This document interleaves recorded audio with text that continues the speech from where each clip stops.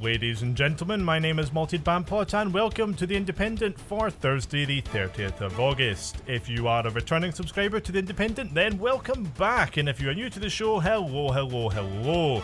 The Independent is a daily show discussing the latest and greatest games released each day, and there sure are a lot of them. We whittle them down to more digestible daily chunks to make it easier for you to decide where to invest your cash, and maybe even discover that hidden gem you never knew existed. So it's a busy day today. We've got everything. We've got AAAs, we've got indie, and we also have a big dose of strategy. It's quite a strategy heavy day today. So without further ado, allow me to present the Independent's top 10 games of the day. First up, and certainly the big AAA release of the day, is Pro Evolution Soccer 2019, releasing on PC, PS4 and Xbox One. So what can be said? It's a soccer game, and in this particular football game, you need to kick the ball into the goal of the opposing team. However, this time around there are some improvements that will make the process more realistic and exciting than ever before, such as the addition of a Battle Royale game mode called Isn't This Just Rugby Now?, a cooking minigame and the ability to bake ham, new vehicle-based combat and weaponry consistent with the time period, such as plasma rifles and nuclear throwing knives, and also the introduction of survival elements, elevating the realism of the game to whole new levels. Look after your team or be ready to watch your goalkeeper break down into tears because he's shat himself. Player hydration, digestion and emotional state must be monitored at all times. Also new to the PES series is unprecedented levels of character customization. Now you can play the characters that you really want to play. Do you want to see Maradona in a summer dress smacking the ball with a hooked hand? It's here. And if you don't like it, well, don't buy it, duh. And as a Konami production, you can buy the game safe in the knowledge that its creative director will be unceremoniously fired from the company within the next 6 months, and the remaining staff forced to make pinball machines for the rest of their sad lives. So all in all, this looks like a rather unorthodox installment to the PES series, but nonetheless a bold step in a more progressive direction. So if you're a fan of the footy, this just might be your cookie.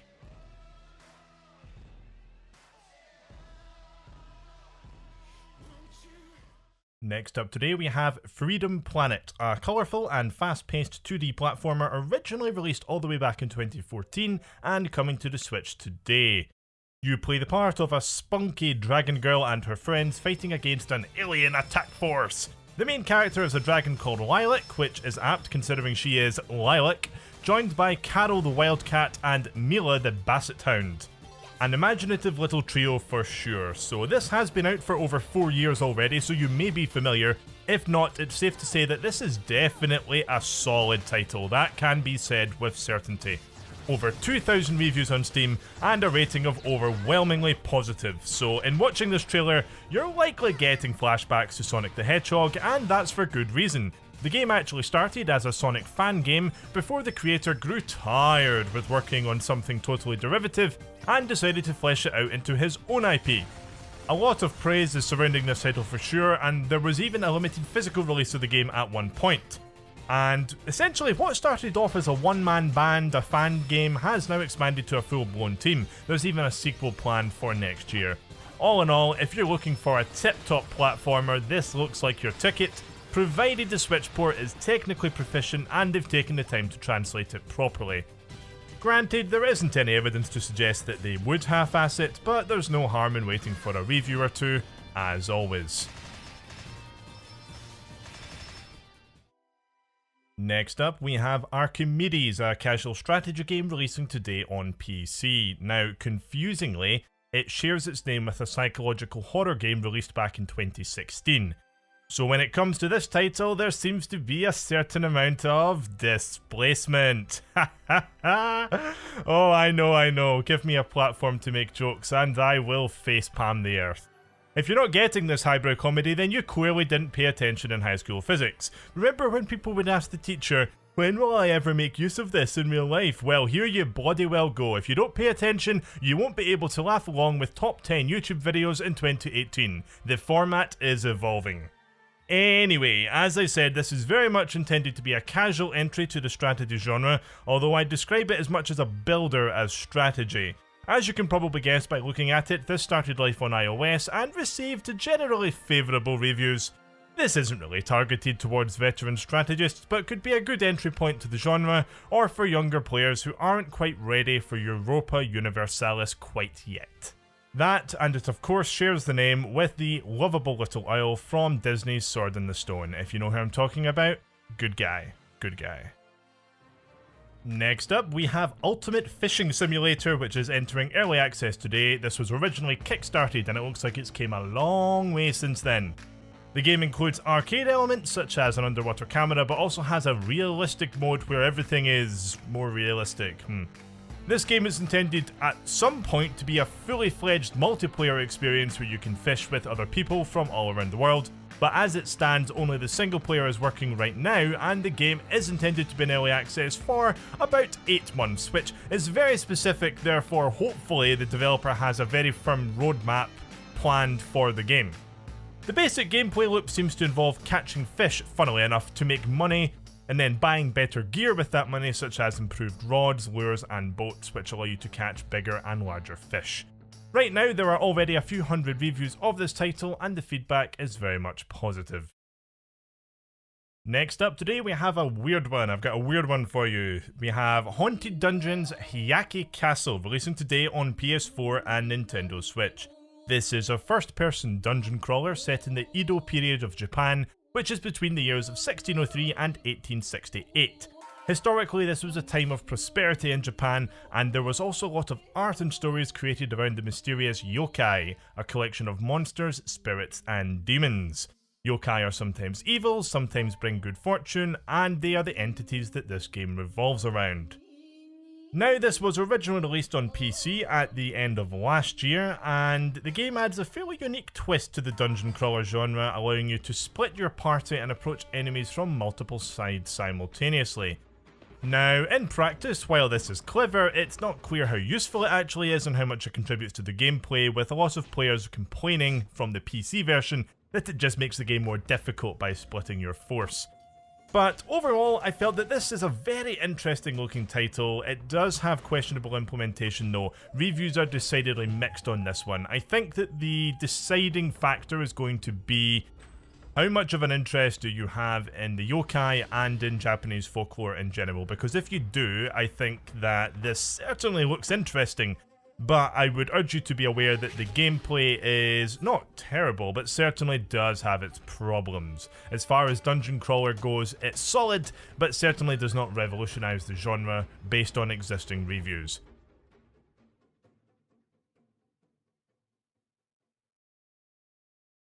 Next up, we have Azure Reflections, which is releasing today on Switch and is a bullet hell game set in the Touhou universe. There are 3 playable characters, each with different abilities, and there are even multiple endings depending on how quickly you dispatch your foes.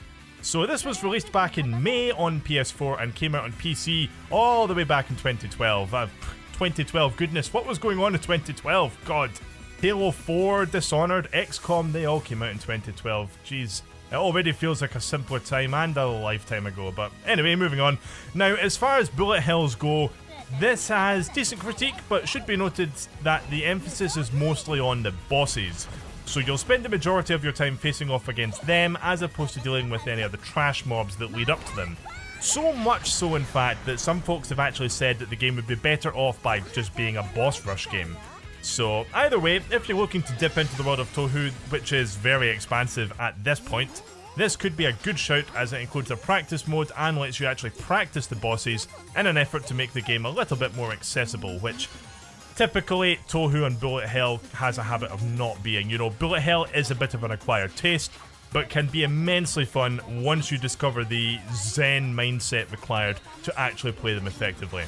One to consider if you're looking for something a bit different, or if you are already an established fan of Touhou and bullet hells.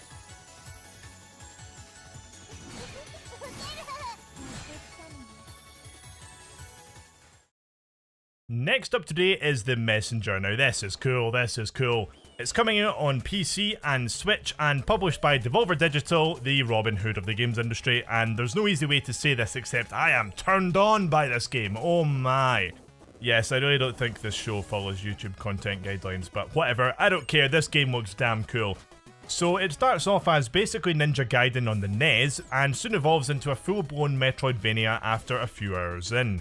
That's right, starts off as a platformer and turns into a Metroidvania. The point of the game is to demonstrate the evolution of the platformer and Metroidvania genres over time, and it gets even more intense as the game actually changes from 8 to 16-bit, throwing you into later generations of platforming. Now, this does sound great, but it's also where early reviews have been pointing out some problems.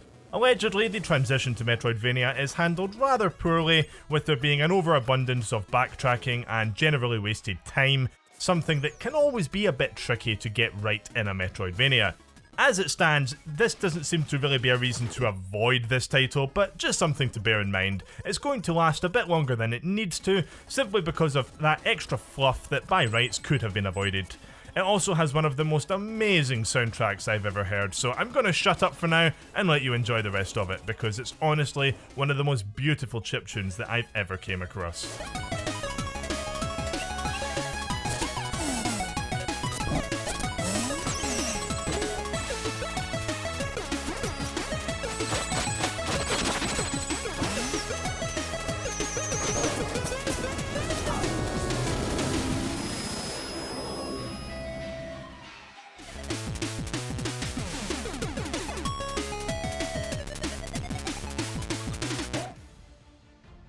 Next up today we have Aggressors Ancient Rome releasing on PC. This is a 4X strategy game and is set in ancient Rome and touts historical accuracy. A lot of these games do, so whether it actually is historically accurate, I'm not qualified to say. All I know is I love any ancient Rome game that have the triarii as a unit, because I absolutely love saying that word. It defies just about every rule in the English language. Triarii.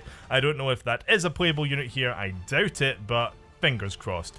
Now, this is unbelievably the product of a 2-person team and 10 years of development. It originally started purely as a hobby based on a board game created by the dev, and along the way they've drawn inspiration from tons of other strategy titles such as Rome Total War, Civilization, and Panzer General.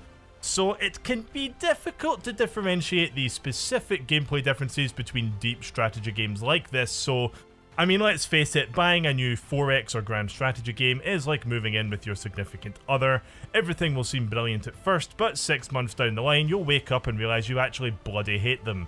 So the developer seems to have realised this and streamed the game live for quite a while just a few days back. The VODs are up on YouTube, so I'd recommend giving them a look-see to find out if this could be your sort of thing. Due diligence is always a good policy for games as complex as this.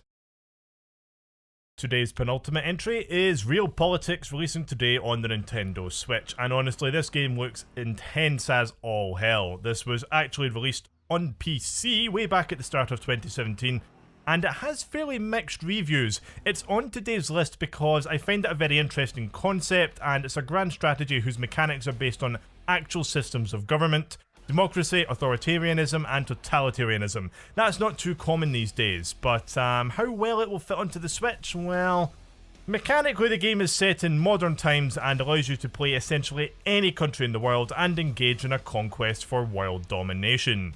The game sells itself as offering multiple paths to this end goal, but this is actually where some of the mixed opinion comes into play, because a lot of players have been complaining that the only real way to work towards the end goal is through waging war with other countries, so the game might not be quite as flexible as it makes out. There are also gripes around random encounters, with say terrorist groups not being random at all and very much pre-scripted. All in all, this is certainly an interesting game, if not always an enjoyable one. It clearly tries to convey the horror and magnitude of your virtual decision making by dealing with contemporary scenarios such as terrorism, World War III, and the dissolution of the European Union. So it's certainly an interesting concept, but if it does intrigue you, I'd highly recommend reading up on the specifics first, as praise is definitely divisive in this title.